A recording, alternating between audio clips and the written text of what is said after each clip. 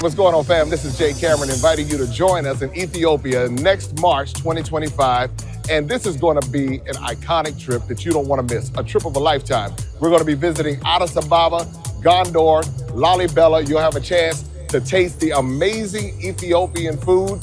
You'll also have a chance to visit the Rastafarian community. You'll get the history, you'll get the fashion, you'll have an opportunity to shop. It's going to be a trip, an experience of a lifetime. So make sure you sign up to join us in Ethiopia, March 2025.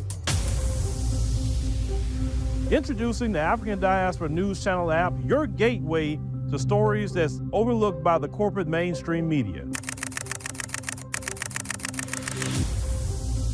At African Diaspora News Channel, we cover stories that don't receive mainstream attention, and we serve as the voice to the global Black community. We are committed to informing and educating through the power of media, connecting the African diaspora one story at a time. With our platform, we're helping to end injustice by exposing it. Join us in standing for excellence in journalism and serving our community. Download the African Diaspora News app today. All right, ladies and gentlemen, we are here. It is Thursday, June the 20th. We are moving along. Now, before I get started with anything tonight, originally I wanted to do a broadcast on Project 2025, but that is so extensive, and I just don't want to take things just what the media says, because they like to cherry pick different things. So it's like 1,000 pages in this thing. So I gotta, take it bit by bit and just kind of read through it and just see the spots that would be important to Black Americans. It is broken down in certain sections. Certain sections I agree with, certain sections whatever. So just to make sure we can do our live stream tonight, and it's something I've been kind of talking about behind the scenes, but we want to give my take on the South Africa elections that just recently passed. This South Africa election that passed has a lot of people talking. A lot of people in the diaspora are talking about this. There's a lot of Africans on the continent that's very disappointed. People in America who follow certain, the elections, they was kind of disappointed in the result, and also what happened after the fact with this. It's kind of messed up, but I'm gonna try to give every perspective that I have learned while being there, even about Brother Julius and things like that, at least what I've been told. So we'll definitely get to, all of that tonight. So I know Renelle Way is doing a lot of that content as well, but I want just to give our take, at least my take, because, her take is a South African take. Mine is going to come from a distant cousin diaspora take, right? So with that being said, we'll try to get through it, make it interesting and fun for y'all. So let's go on and get to who we got. I guess we'll go to, okay, yeah, there we go. We'll do that tonight. So here we go, devotional time. People say the key to fixing the problems is education, but I say education is not the answer. Why bother? And what do they do in college anyway? Oh, they go there. They party, get drunk for 4 or 5 years, and end up just as ignorant as when they came in. You ever seen these fraternities and sororities? You ever seen these things? Silliest I've ever seen in my life. You think Aristotle turned to Achilles and said, hey, let's create a fraternity and jump up and down barking like dogs? Hell no. White man out there getting Nobel Prizes and doing business deals in the fraternities. Jumping up and down with candy canes and doing all kinds of silly with their hands. I got something for a fraternity of bananas up a tree. All right, ladies and gentlemen, that was Uncle Ruckus giving his take on these fraternities. And we know these fraternities in 2024, I'm not saying in the past, but in 2024, it's a social club. It's a, area of, nepotism and everything like that. I'm not saying every brother and sister is doing something bad or nefarious in these fraternities or sororities, but I just noticed they too tied in with the Democrat Party, and they're definitely the boule, definitely those who are tied in, and the boule is the enemy of Black America. So before we get started, let me go ahead on and put this up on the screen so we can kind of look at this together, because maybe some people have not seen this. Okay, so this was the election results that happened in South Africa. As you can see on the screen here, it's from the IEC. This is here. They only had 58% voter turnout out of 100%. So I guess a lot of people chose the couch. They didn't vote at all, okay? So I like how they do that they put the voter turnout percentage right there and they just have it like national. I really kind of like how they do this. I wish the United States would have theirs like this, so we can just go to one website and we can just see, the voter turnout. We can see just the different areas. Of course, America's a bigger country, but still, I just kind of like how they did this. All right, so in this election here, the ANC got about 12.6 million votes, 40% of the vote. So they end up getting 159 seats in parliament out of 400, you can see.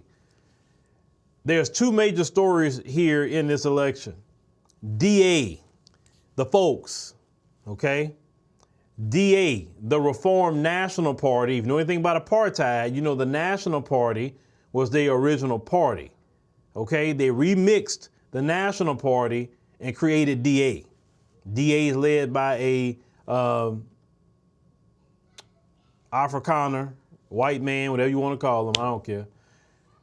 John Steenhuisen. Yes, I said I don't care because that's not really too important to me in this message. They got 21.8% of the vote, and they got 87 seats. MK, new party, with former South African President Jacob Zuma. If you know anything about Jacob Zuma, you need to learn your geopolitics, ladies and gentlemen. It's very important. They got 4.5 million votes, 14% of the vote. They got 58 seats. Now the EFF, they got 3 million votes, 9.52% of the support. They actually went down in votes, just like the ANC went down in votes. And they got 39 seats this time. Now they got the IFP party that you see here. The Inkatha Freedom Party, 1.3 million. They got about 17 seats. And you got the PA, which is Patriotic Alliance. As you can see, 9. And you can see all these different parties got so many seats here, Action SA and all the seats kind of stop when you get down to this party right here. But now, in South Africa, even Rise Mzansi, remember the brother that did the interview with Renelwe with Rise Mzansi? They even got 2 seats and everything. So that's interesting because they're a brand new party with a lot of young people in it. But one thing I kind of like about South Africa, in a way, you see all these different parties they have that can participate. They don't have like a 2-party cartel like we have in America. And any kind of time you have a third party, the Democrats and the Republicans work to throw out that third party candidate any way they can. The media colludes with the 2-party cartel in America. But they claim it's a democracy. So to me, having all of these parties in a way it's democracy, it's definitely a better democracy in a way, in my opinion. I think we should be able to have all these parties like this in America if we want to create parties, right? But the only bad thing on top of that is with so many parties, votes get siphoned off different places, right? So it's like, I think you should be able to have the parties, but then have a primary system, maybe where you can have at least 5 of these parties in a primary. And then the vote, I think you should be at least 5 parties that should be able to be voted on based on the primary. But hey, it's a system. But yeah, I do like they can create all these parties. I think that's cool. That's very cool. Okay, so let me get back on the screen here. You say it was the cows who never joined. Okay, cool. I'm just reading what you said. All right, so yeah, Keisha, I'm gonna get to DA. Don't worry, I'll get to DA. All right, so I want to play what Julius had to say. Now, let's set the tone. Prior to the election, now, when we went to South Africa, that was in April. Prior to April, March, February, January, all the way back, they were dealing with a lot of load shedding. So what is load shedding? Load shedding is basically cutting your lights off so many hours a day. And it kind of depends where you at. Because some people in Soweto was talking about their lights was out like 8 to 12 hours. While you have some people like in Santon, where Santon is like the richest, area in the African continent, actually in Santon. Now, where the group stayed and myself was Rosebank. You got Santon, Rosebank. They right next to each other, and they very nice areas, right? So those kind of areas, from what even Renell Way was saying, is that they didn't have their lights out that long, maybe hour or two, and then their stuff was right back on. But the poorer areas, they was doing load shedding. Now, they say their power grid can't keep up. It's too much demand, so they have to do load shedding. Load shedding was going on when I went to South Africa the previous year, like when I went with my family back in March of 2023. But when they did load shedding, at least when I was there in Cape Town, they had the Eskom app, which Eskom is like their power company. They'll kind of let you know when it's coming. So you at least can plan for it or whatever. But the place I stayed at, they had kind of like solar. So when they did load shedding, I just switched to the solar and it was all good. That's why I tell people solar is the way to go if you can, afford to do that, most definitely. And I don't know why here, a place like Texas, well, I know why, because capitalism. Hot as it is down here in Houston, the Texas should pay for everybody to have solar panels. It will save the grid, because our grid is separated, right? But that's a story of a different day. But the EFF is the party everybody calls. When there's some racism, they call the EFF, no matter what. But when it comes to going out to vote, people aren't voting like they're calling the EFF when there's an issue or a problem. Now, let me play what Brother Julius had to say, and then we'll just follow up, behind that, and we'll get into talking about DA a little bit as well. So let's go ahead on and get this. Where's the video? There's Brother Malema. Okay, right there. The people of South Africa must swallow what they've decided to chew. And they decided to chew 40% of the ANC. So why should you field a presidential candidate for what? That's what they said they want. Why do they go and make decisions and they hope someone is going to rescue them from the other side? It's their own decision. They chose load shedding. They chose Ramaphosa. They chose the highest level of unemployment. They chose racism. That's what they chose. So if the ANC fails to come together with progressive formations, we are prepared to sit back. But let's tell you, we'll fully participate in this parliament.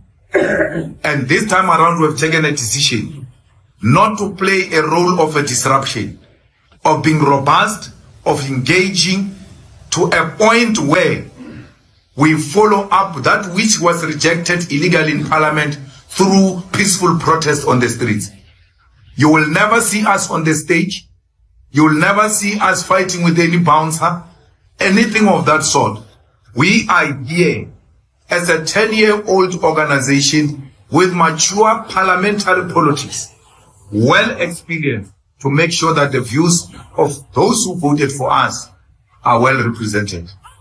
From now onwards, when you say there is a racist at our work, we check the historical tweeting of yours. If you have been tweeting ANC, DA, go and fight those white people alone. Mature parliamentary politics, well experienced, to make sure that the views of those who voted for us are well represented. From now onwards, when you say there is a racist at our work, we check the historical tweeting of yours. If you have been tweeting ANC, DA, go and fight those white people alone. There is a racist at our work. We check the historical tweeting of yours. If you have been tweeting ANC, DA, go and fight those white people alone. We are now representing our own people who have been supporting us. Scatter with our people. So we are well within our right. We have not lost our support. The base that we started with in 2014 were not there. Anyone who says we're back there is not true. We are not in 2014. We have just lost some few seats and we're going to bounce back very strongly in 2026 and we're going to work in a focused manner. We are now choosing people who are choosing the EFF. We are a national organization. We'll find footprint everywhere. If we need assistance of the EFF, let's vote for the EFF. They say, no, can you do borehole for these people? Then I said, that's fine, we'll do a borehole. Send me the VD results of that voting station. And then they said, ANC, so why are you sending me this? Go where you voted. You don't know where you voted. Why are you coming to me? Yet an ANC councillor does not drill a borehole. The ANC municipality does not drill a borehole. The ANC government does not drill a borehole. The EFF must go and drill a borehole. No, we now know the VDs that have voted for the EFF, and those are the people who are going to service. But as a party, you need to have your priorities right. Otherwise, you are going to undermine your growth. You are going to invest your resources where there are no dividends. We need dividends now. All right, ladies and gentlemen, that was EFF leader Julius Malema, and I wanted to rewind that part a couple of times when he warned that when y'all deal with these folks in South Africa being racist, and you know good and well them folks try y'all sometime in South Africa, he said that they're checking paperwork. They checking if you was supporting the ANC, because the ANC, you know, don't be on the street like EFF. They say if you were supporting DA or talking about DA this and DA that, he say, hey, deal with them folks on your own. I'm not mad at Julius for saying that. It's just tighten the reins, because that's the thing. We shouldn't be expending resources to anybody that is not really supportive of the cause. You know what I'm saying? Because go deal with them people yourself. I'm with him on that. I feel 2,000% he's right for saying that. Now, this is what kind of happened. So you had all those parties that you saw. Well, this is the first time the ANC did not have a majority in parliament. So this created something different for them. And a lot of people was upset, like say with the load shedding, the unemployment. So they lost some votes. But what Julius is saying is that, well, they still got the majority of the vote, though. They got 40%. And the reason they're going to continue to get 40%, maybe it's probably going to wean with time with the younger people, is because you still have people that was living under apartheid and they remember the ANC of old. You understand? You just had Youth Day that just happened on June 16th. Now, June 16th, was it 1976? If I'm wrong on the date, where you had the Soweto uprising, and they was going, you know, these young kids. If you know about that, you know, definitely the famous person is Hector Peterson. They got killed, right? Where these youth was fighting these white supremacists during apartheid, fighting for their freedom. So you have some of those kids who survived that Youth Day, they call it now, who survived that. They all was ANC. It wasn't no EFF. It wasn't none of that. Even Julius himself come from the ANC. Okay, Jacob Zuma, he come from the ANC. Everybody came from the ANC for the most part, right? So the ANC of old was talking like Julius, and they was about that business. If you studied Nelson Mandela back before he was arrested, man, Mandela was on some guerrilla warfare tactics.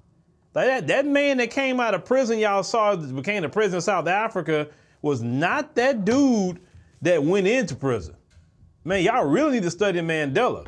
He wasn't no punk at all. And all the brothers and sisters that fought with him, Winnie Mandela, you know, his wife, Winnie, and how she was solid. She was a rider to the core. She wasn't no punk either. I mean, a lot of people remember that still in South Africa today. So when they think of the ANC, they think of that.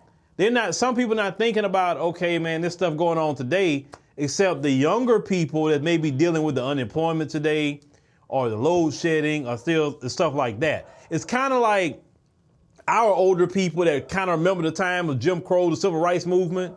And then you got people like us today who grew up in a time of the Voting Rights Act already been passed, civil rights. You know, now we need something different. We need reparations over here now. We can't live on that. So the older people will vote Democrat definitely because of all of that. You know what I'm saying? Y'all, give me a second, y'all. Give me a second.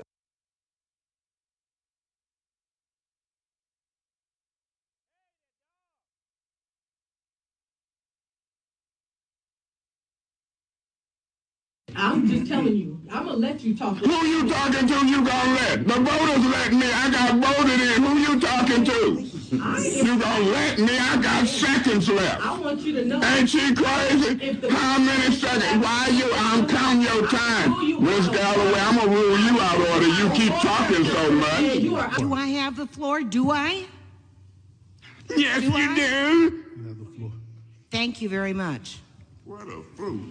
We have got to help the city of Flint. We have got to move the city forward. We have got to vote yes on this. Thank you. Ms. Herkenroder, you the reason that I'm going to vote the way I'm going to vote, because you tried to put words in my mouth like I said you was a racist. You got to stop doing that. You've got to stop doing that. Ms. Fields, please be very careful in that area. Please. All I said, there was mediation and there were people in rooms. You That's told details of who in what room and how many. But I am going to finish saying this. Well, go ahead. That's fine. Do you? It shouldn't be fine. We got folks sitting in business, and I wouldn't care if you was the chair, the sofa, the TV. So you might want a dialogue. I don't give a... You don't give a what? That's what he's trying to do. So you dialogue? There's no dialogue. It is some dialogue. You gave me some point dialogue. of order. Councilwoman Worthy, what is your point of order? No, I'm not. You ain't? I'm not. You must. This is a joke. Stop this abuse. I'm going to give you a point of order. Personal attacks is out of order. Now, you want to make a personal attack on me, I'm going to tell you something. I'm tired of Ms. Fields calling me racist. I'm tired of you calling me personal names as it relates to women. I'm tired of it. It's wrong. You're out of order. But you keep doing it. Because when I start blasting your butt like I'm doing, everybody already know it's coming from y'all. But don't get beside yourself, Mr. Chairman. If he gonna holler tell me to shut up, you better give him his warning. I gave you yours. Give him his. If you gonna discriminate, you gonna let the white man running for mayor holler across and tell this black man to shut up. I don't want to hear So when he get loud, I'm gonna get louder. When they go low, I go lower. All right, ladies and gentlemen. Yeah, so I had to run Eric Mays. My dog was going crazy downstairs, and I'm like, what in the world going on with this animal? Because, when new people walk in the house, the dogs just, oh, boy, them dogs sometimes, they good to let me know when somebody's around or somebody's coming in the street, but then they just go crazy when, and like I said, I got that little beagle, and she really lets you know when somebody's coming around.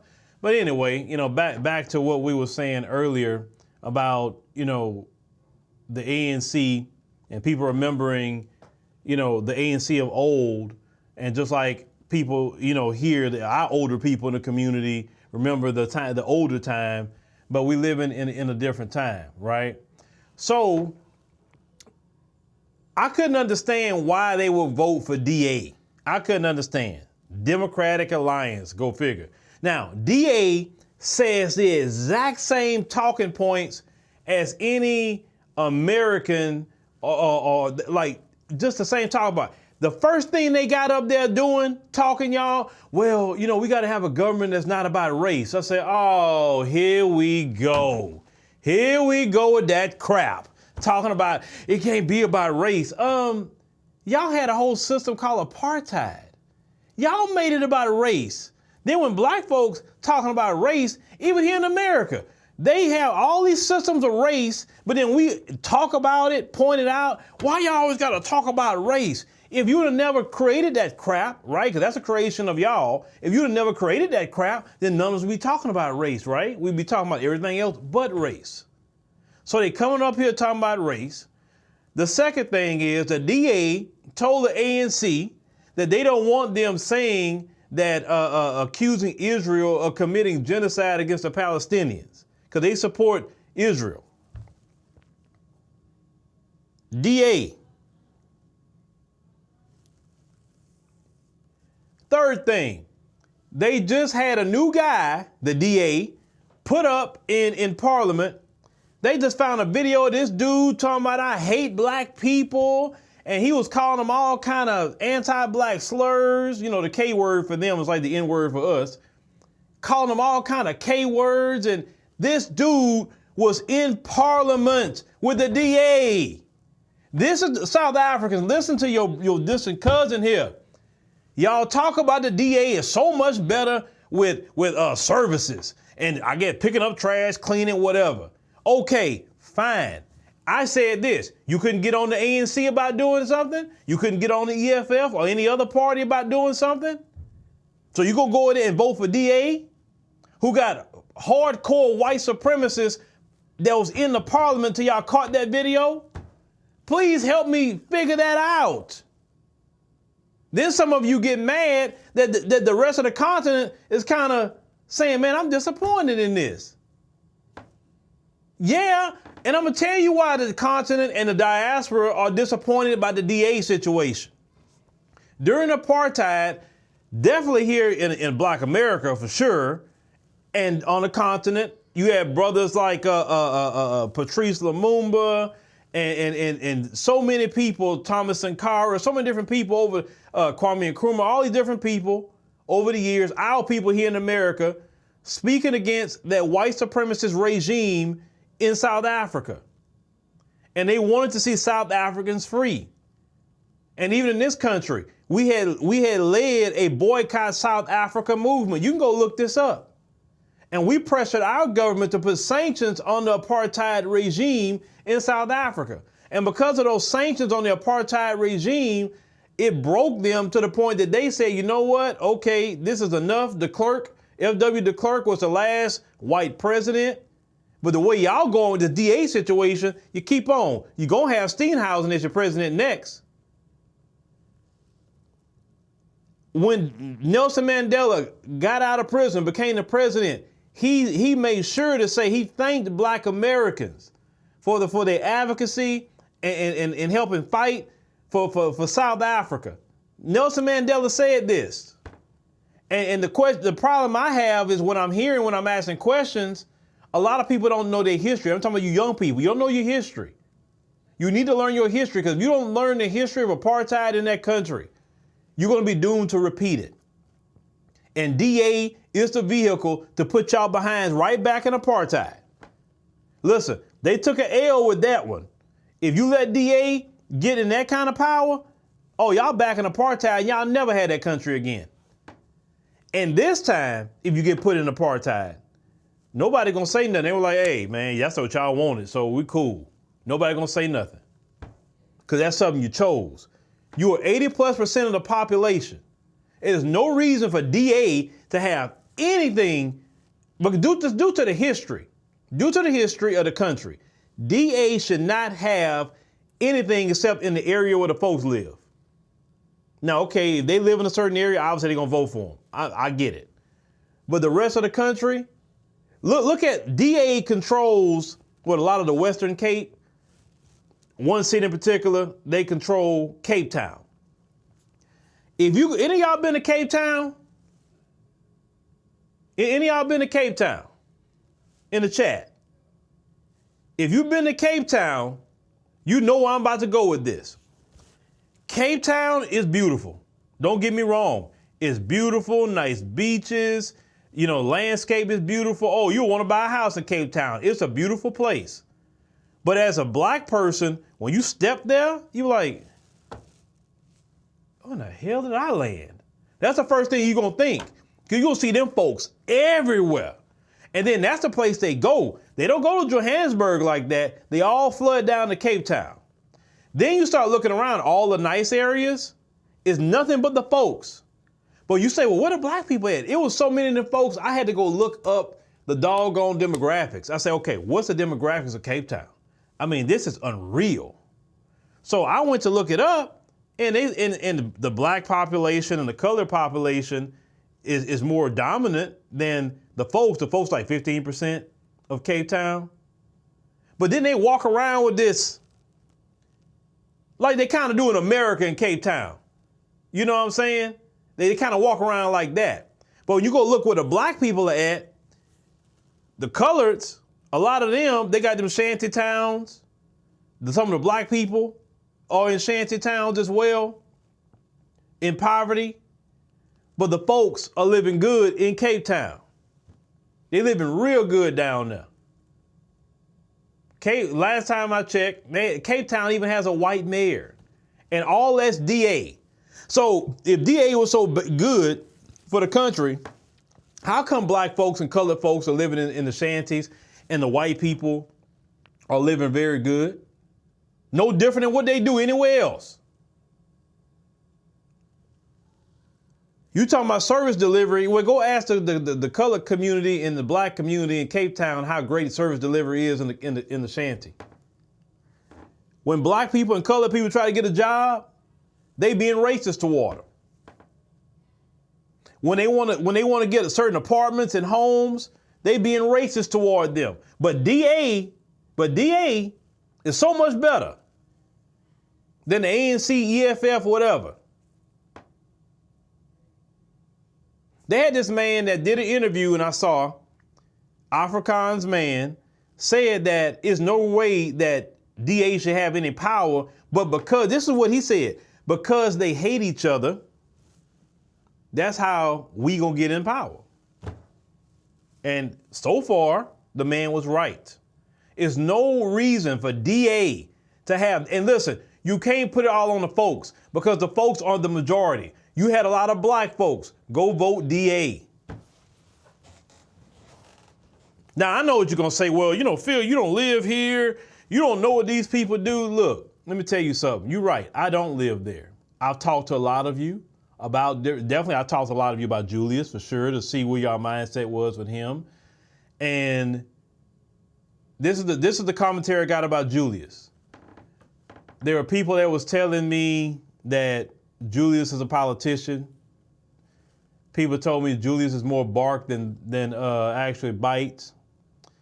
People saying that Julius, they fear him in a way because he's too radical and he will radically change South Africa and turn everything upside down on his head and probably mess up the economy and the businesses probably leave. So you have some people that believe in the status quo basically. That's kind of normal. Because there are black people in America that believe in the status quo too. They don't want nobody that's too radical, right? Well, that's like America should have went with Malcolm X, but they'd rather go with Dr. King, because Dr. King was more so the status quo. Malcolm X was the radical one. I don't know what it is about our people, why we're afraid of people like a Malcolm X.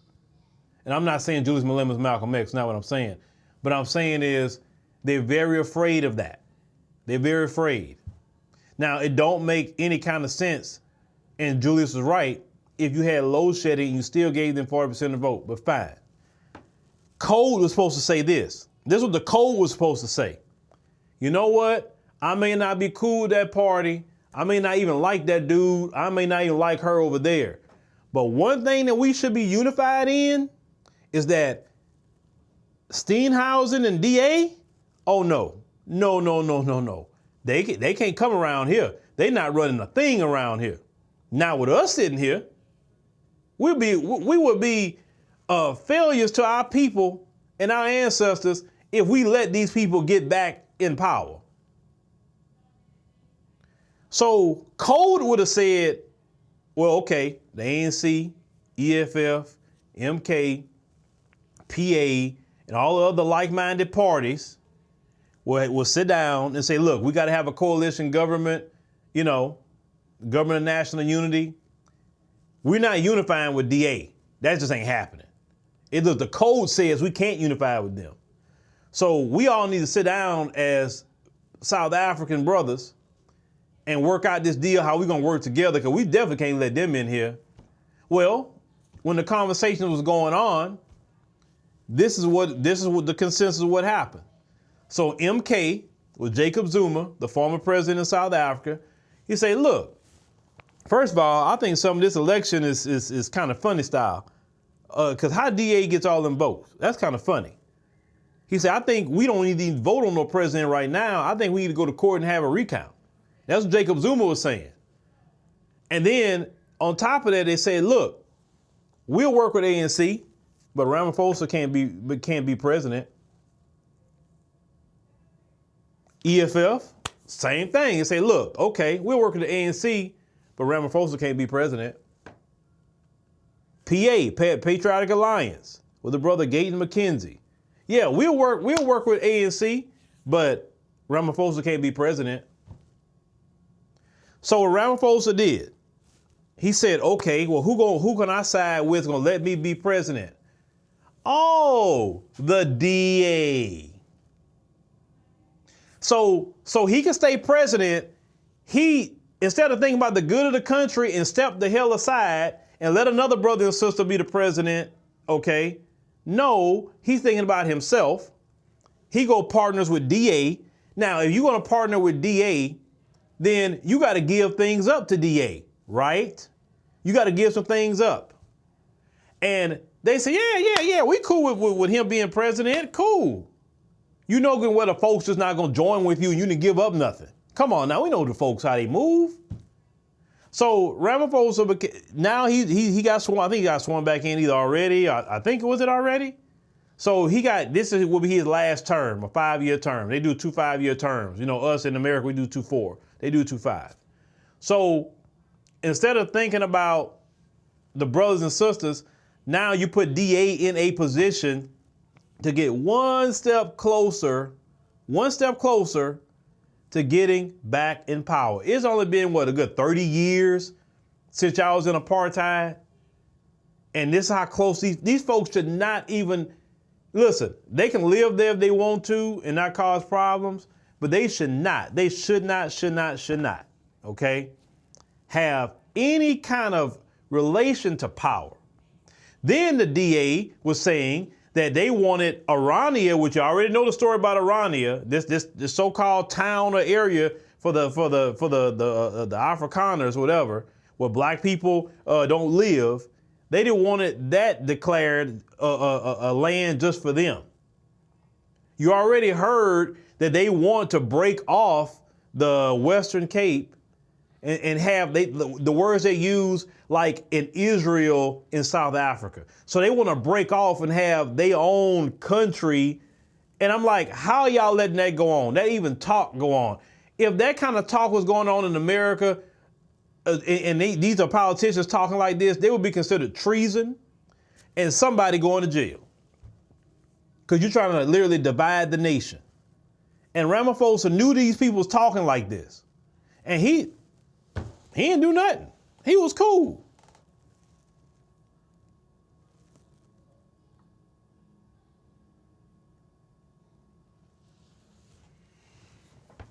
So this is selling out, man. And that's been, I told y'all, black folks are the same everywhere I've been. They have not changed. From America to the African continent, to the Caribbean, to Latin America, we are the same. You can say all day, I ain't like them. They ain't like me, man. No, I see the exact same self-hate. I see the same, trying to be up in them folks' face. I see the same things, the same exact things. Them folks can come around you and you shucking and jiving. You don't put them folks in their place. And what frustrates me, period, is that when you are in the majority, they would normally be on their P's and Q's with you when you're in the majority. But you still have situations that happen in South Africa where these people are bold. Now, I will say this. When the folks know we come around, they treat us a little different. Because they already know our lineage. They already know what we about as black Americans. Hell, they'll talk to you. They want to talk to you, ask you questions and everything when they see you. And I'm not saying all of them are bad people. I'm not saying that. I'm not saying all of them gonna treat you racist. I'm not saying that. I'm not saying that at all. I don't need nobody writing me. I'm not saying that. But I'm saying there are those who are there and on the political front. How you let Steenhuisen get that much of a vote in a country that's 80+% black? Even the East Indians that live in South Africa told me about the racism they endure with the folks.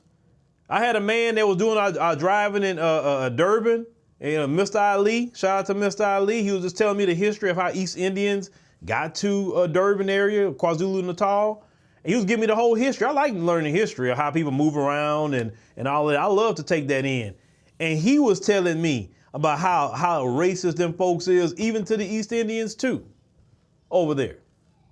Now, I've heard some stories about the East Indians as well, but we're seeing a pattern that the racism is the same no matter where these people go. And then also, once again, elections have consequences. Only 58% of people showed up to vote.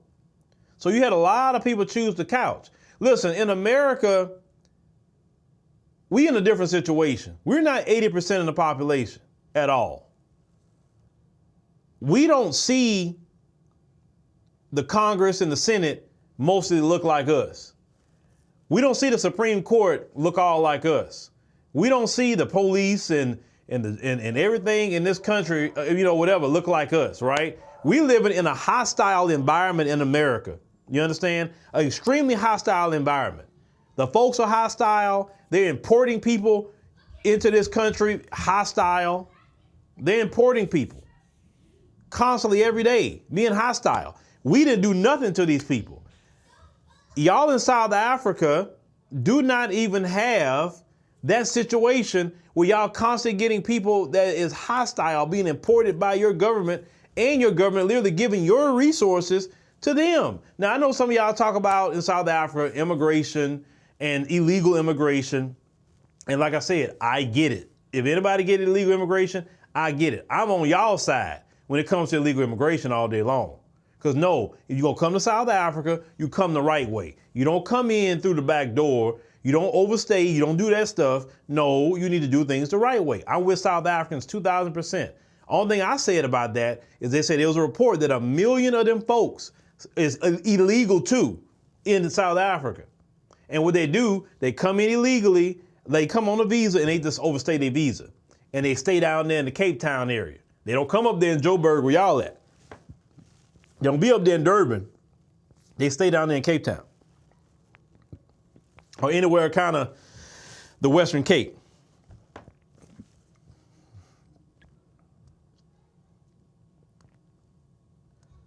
Well, Pinky will say, and we vote for those hostile people. Well, you know what? I will say this. You're 100% right, Pinky. Yes, we do. We sure do. Because we got the same issue and problem they got in South Africa. Self-hate. We don't want to be on code. We want the status quo too. We don't want nobody radical. No, we don't. We're afraid of radical people, or assume radical people. I'm going to say that much. A lot of that's the status quo with black people. Sometimes to make change, you got to get a little uncomfortable. Just for a time until you get to the change that you want. But I know black America. If we were 80% of America, 80%, and we ran the yard, do you think we would be trying to bring the folks back in? Because you're like, oh no, we know everything y'all did to us. You are not getting nowhere near a seat of power. Now, maybe if you want to go on to some little area in America and you want to run that, have at it. You know what I'm saying? Have at it. That you govern yourself. But for the most part, we wouldn't let that. No. Not for something simple like what they say service delivery. Because that's simple stuff. It's not like the DA brought a bunch of jobs or something. And you literally, once again, you had a certified white supremacist being in parliament with DA. How many more of them are like that dude? They just ain't got caught yet. The video haven't been put out yet. And who the DA gonna replace him with? And look, DA used to be ran by a black dude. Let me pull where his picture at. The former leader of the DA. I'm gonna get him up. Just give me a second. I'll tell you his story. Give me a second. Let's see, former leader of DA, South Africa. I gotta get the brother picture up. Okay, how you say that brother's name? Mumsi Mame, I guess how you say his name. Back in 2019, that was just. Let me get this brother's picture up so y'all can see this brother right here. Now, at that time, people were saying, man, this dude right here, you know, what is he doing? Hold on, let me see if I can get it. I'm trying to pull the right picture up of this dude. Okay, here we go. I just want to save the picture real quick. Hopefully I can it gets up here while I can show y'all. Image. Oh, that sucks. It sucks. Well, let me just go. Let me go here so y'all can see a little better. Okay, this brother right here. This dude that used to be the head of the DA before Steenhuisen, right? And this dude later came out saying, brothers and sisters, that they had a lot of racism in DA. Had a lot of racism. So if he said it and people looked at him kind of like a shucking and jiving, you know, and everything, and I think that is his wife, I think, right there. So you know, kind of that situation. So he said there was racism in DA. So you think the racism went away? Obviously it didn't. Obviously it didn't. And then I don't know if y'all seen on the thumbnail. Let me show you that the Steenhuisen dude so y'all can see him. There you go. All right. So this is. So I can pull him up real quick so y'all can see him. So this dude right here is, when you keep hearing me say Steenhuisen, this is him. This is John Steenhuisen. He is the new guy that's running DA. This one right here. This one that says South Africa need to stop saying that, being against Israel. This is the guy that keeps saying don't make everything about race. It's this dude right here, ladies and gentlemen. It's this dude right here, okay? And I'm gonna tell you what, South Africans, keep playing around. That dude right there gonna be your new president. Keep playing, keep playing. What if they try to do what these folks do and try to cause some scandal and get Ramaphosa to step down because of some corruption or something, and then that dude will be y'all new president. If y'all sit up here and let Steenhuisen become y'all new president, you going back in apartheid. Oh, you going back. You going back, you going back. Now, y'all can get mad at me all you want, but look, this is what I do for a living. These folks, I know them. I know them. I know them. This man gonna be y'all next president if y'all don't watch it. Hey, I see what you're saying, Keisha. Hey, Keisha, look, you already know. You already know. I ain't gotta say it, but that's gonna be your new president right there. And if this man get in office, oh, I feel for you. I feel for you. I feel for you. Because they're not gonna make the same mistake twice. I promise you that. They're gonna change laws, they're gonna change all kinds of things, and y'all not gonna get nowhere near any kind of power. All y'all going to shanty towns. At that point, all y'all. I'm gonna tell you because I'm gonna tell you because I got love for you. You can get mad at me, you can say, oh, you're not a South African. You're right, I'm not. But it is my job as having a platform, and I work with a lot of South Africans. I got a lot of South African friends and all of that. And I told them some of the same things I'm saying now. So it's nothing I haven't said to them already. You will be back in apartheid, messing with Steenhuisen and DA. Keep playing. Keep playing. Or Julius, look, I'd rather have Julius any day of the week than Steenhuisen. I'd rather have Jacob Zuma than Steenhuisen. Anybody but him and DA. Now Helen Zille is running around with her mouth. She used to kind of be, she was part of the creation of the rebranding of the National Party to call it DA. She's running her mouth now. I said, oh boy. And Helen Zille is a white woman. Her last name is not Zille. It starts with an M, but it's not Zille. I don't know why they call them the Zille for, Because when I first heard the name Zile, I thought she was a black woman. But then I said, oh no, this is a whole white woman. I said, okay. So now they talking cash-ish now. Brothers and sisters, I'm warning you. Yeah, there you go. There's gonna be Sowetos all over the place. I've been to Soweto, okay? Wonderful people in Soweto. Wonderful people. But them folks, they want to gentrify Soweto too. And y'all brothers and sisters Soweto better watch that. I seen them running around Soweto, jogging and stuff like that. I said, we know in America, when we start seeing them jogging around and doing that sort of thing too much in our areas, we already know what's coming next. We know in America, what comes next when we see that? They walking a little dog and all of that. What's coming next, folks?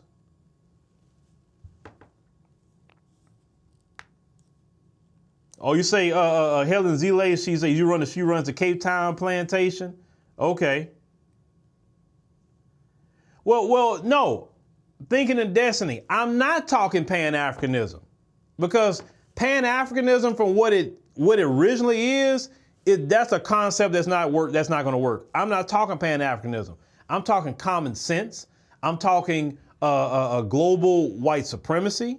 I'm talking about not repeating history of being put back in apartheid. That's what I'm discussing.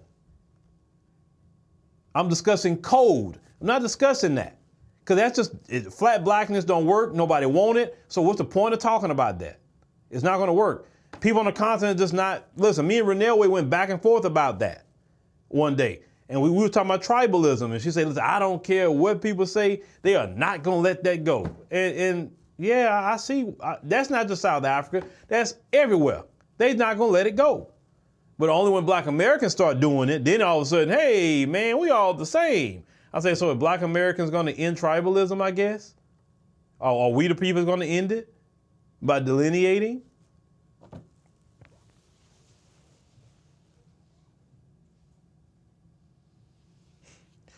Look, like I get the history of Jacob Zuma, but I rather Jacob Zuma. I rather doggone Malema. Hell, they was cool with the ANC having a president. They just didn't want Ramaphosa. This dude's rich. He had money. It's not like he needed that to have anything. He just didn't want nobody saying, hey man, you gotta step down. And he gonna have to live with the consequences if something happened with DA. But people like that, you got the people like the Oppenheimers over there. That's a rich family over there. What's the other rich family? The Guptas is another one. That's the East Indians. They be putting a lot of money in things. Because the same type of billionaire class that you got in America, you got some of that over there too. And so the word on the street is the Oppenheimers was putting money in a whole lot of different parties to try to lessen the vote or siphon the vote off from certain other parties. Like, let's say like your EFFs, your ANCs and stuff like that.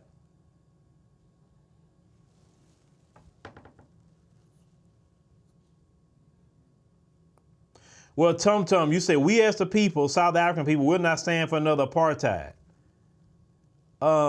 I get that, and I'm gonna go on the lines and say I believe you, but you're flirting with it by having Steenhuisen. Listen, y'all better get in check a DA. I'm warning you.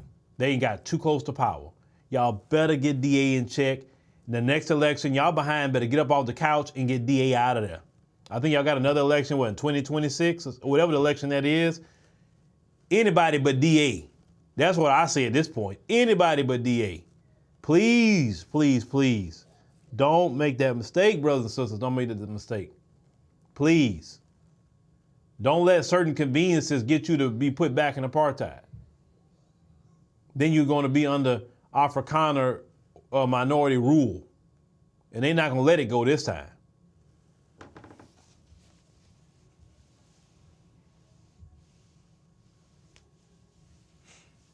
It's the thing. Look, you got a whole black country. It's your country. Everybody should get out and vote. I know there was voter apathy in this election because they were very frustrated with the unemployment. They were frustrated by the load shedding. I get it. A lot of young people was very, very, very, very frustrated. Oh, I get it. But there's a time to sit on the couch, and there's a time to get your behind up and go vote. There's a time. Now, at the same time, there are a lot of people that walked away from the voting booths because it was chaos. They didn't do that the right way. Like, they don't have like what we have, like the early voting. And I was discussing that. I was like, well, why don't they do early voting like we do in America? Like, people could show up, do early voting, because they were telling people, well, if you get out the line, because some people are like, well, I got to go to work in a few hours. I want to vote. And they're like, well, if you leave, you can't. We'll say, can I just at least just cast my ballot real quick? I got to go to work. And they were saying, like, because if I don't show up to work, they're going to fire me. Voting day should be a national holiday in every country, even in our country. Voting day should be a national holiday that everybody can be off, banks are closed, everything is closed, so people can go vote, so it won't be no excuse if you want to vote. But they don't have early voting like we have. And I think South Africans, y'all should institute early voting. You know, start voting at least a week to 2 weeks before the general election.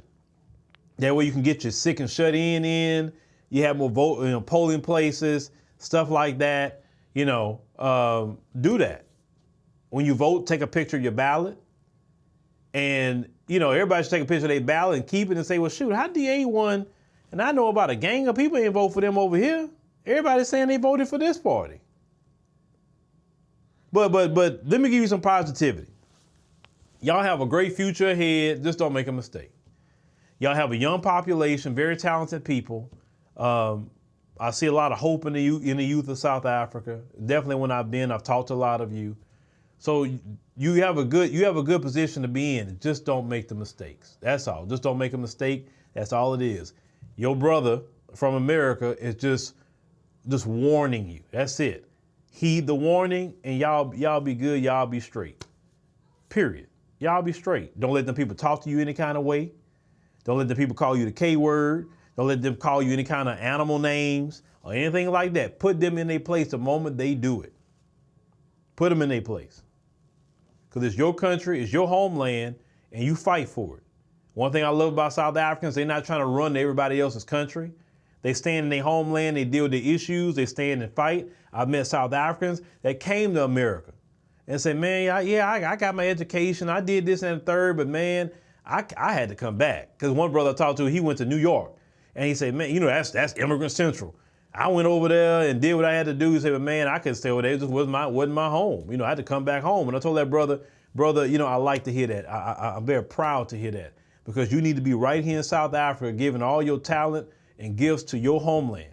I told that brother that. I said, because everybody can't run to America. No, we got enough people in America to deal with American issues.